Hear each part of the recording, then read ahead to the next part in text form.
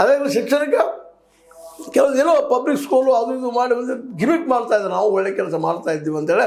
ಆದರೆ ನಿಜವಾಗಿಯೂ ಈ ನಾಡಿನ ಪ್ರತಿಯೊಬ್ಬ ಮಗುವಿಗೂ ಒಂದು ಉನ್ನತ ಒಂದು ಶಿಕ್ಷಣ ಫ್ರೀಯಾಗಿ ಸಿಗುವಂಥ ವ್ಯವಸ್ಥೆ ಇಬ್ಬರಿಗೂ ಮಾಡಲಿಕ್ಕೆ ಆಗಿಲ್ಲ ಅನ್ನೋದು ನಾವು ಒಪ್ಪಬೇಕಾಗಿದೆ. ಮುಖ್ಯದು ಡೆವಲಪ್ಮೆಂಟ್ ಇದು ಶೈಕ್ಷಣಿಕವಾಗಿ, ಆರೋಗ್ಯಿಕವಾಗಿ, ವೈಜ್ಞಾನಿಕವಾಗಿ ಡೆವಲಪ್ಮೆಂಟ್ ಆಗಬೇಕಾಗಿತ್ತು. ಇಲ್ಲೇ ಯಾವ ಪ್ರಮಾಣದಲ್ಲಿ ಆಗಬೇಕಾಗಿತ್ತು ಆ ಪ್ರಮಾಣದಲ್ಲಿ ಆಗಿಲ್ಲ. ಆದರೆ BJP ಸರ್ಕಾರಗಳಿಗಿಂತಲೂ ಬೇರೆ ಬೇರೆ ರಾಜ್ಯಗಳಿದ್ದಂಥ ಸರ್ಕಾರಗಳಿಗಿಂತಲೂ ಈ ಕರ್ನಾಟಕ ಸರ್ಕಾರ ಯಾಕೆ ಉತ್ತಮ ಅಂದ್ರೆ ಅವ್ರಿಗೂ ಸ್ವಲ್ಪ ಹೆಚ್ಚಿನ ಪ್ರಮಾಣದಲ್ಲಿ ಗ್ಯಾರಂಟಿಗಳ ಜೊತೆಗೆ ಒಂದಿಷ್ಟು ಶಿಕ್ಷಣ ಖರ್ಚು ಮಾಡ್ತಾ ಇದೆ ಏನೋ ಅನ್ನುವಂಥ ಅನಿಸಿದ್ರು ಸಹಿತ ಕಡಿಮೆ ಅಂತ ಹೇಳಬೇಕಾಗಿದೆ. ಯಾಕಂದರೆ ಇಲ್ಲಿವರೆಗೆ 2.5 ಮೂರನೇ ಬಜೆಟ್ 2 ಬಜೆಟ್ ಇದ್ದಾವೆ. ಈ 3ನೇ ಬಜೆಟ್ನವರೆಗೇನು ಇಲ್ಲಿವರೆಗೆ ಎಲ್ಲರಿಗೂ ಉದ್ಯೋಗ ಸಿಗುವಂಥದ್ದು ವ್ಯವಸ್ಥೆ ಇಲ್ಲೂ ಆಗಿಲ್ಲ. ಯಾಕಂದರೆ 7.5 ಲಕ್ಷ ಜನ ಇವತ್ತು ಯುವಕರು ನಿರುದ್ಯೋಗಿಗಳಿದ್ದಾರೆ.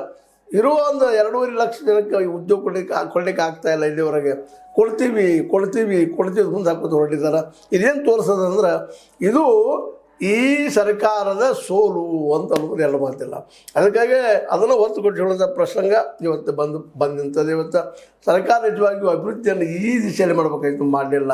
ಮತ್ತು ರೈತರಿಗೂ ಸಹಿತ ಒಕ್ಕಲಿಗರು ನಾವು ಇವತ್ತು ಅವ್ರದ್ದು ಆಹಾರ ಪಡಿತೀವಿ, ಎಲ್ಲ ಮಾಡ್ತೀವಿ.